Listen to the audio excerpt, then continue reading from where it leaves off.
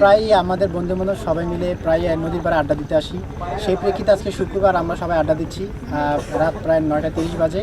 এই সময় হঠাৎ দেখি ভোলা 1 আসনের সংসদ সদস্য পদপ্রার্থী জনাব পার্থ সাহেব আমাদের মাঝে হঠাৎ উপস্থিত। আমরা তো এখানে আমরা সারপ্রাইজ হয়ে গেলাম। তিনি আমাদের সাথে মত বিনিময় করলেন এবং তিনি আমাদের বিভিন্ন কথা শুনলেন।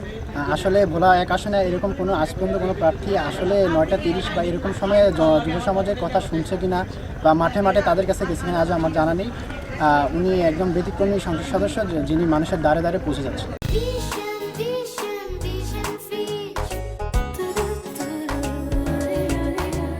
অনেক কাজ ফেলায় আসছি, পোলাপান নিয়ে আসছি, মূলত এমনিতেই নর্মালি গান গাওয়ার জন্য, কিন্তু হঠাৎ করে পার্থ এসে আমাদেরকে সারপ্রাইজ করে দিল, এসে সময় দিল আমাদের সাথে, কিছুক্ষণ ছিল, আমাদের খুব ভালো লাগছে। রিসেন্টলি আর কি আসছি আমরা এখানে, তো আসার পরে এখানে গান বাজনা চলতেছিল, মানে আমরা বন্ধুরা মিলে মজা করতেছিলাম। তো হঠাৎ করে আমাদের মাঝে একটা সারপ্রাইজ হিসেবে চলে আসলো ভোলা 1 আসনের পার্থ।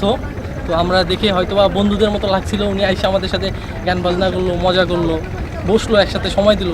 এটা হচ্ছে আমাদের সবথেকে বড় এবং সারপ্রাইজ জিনিস।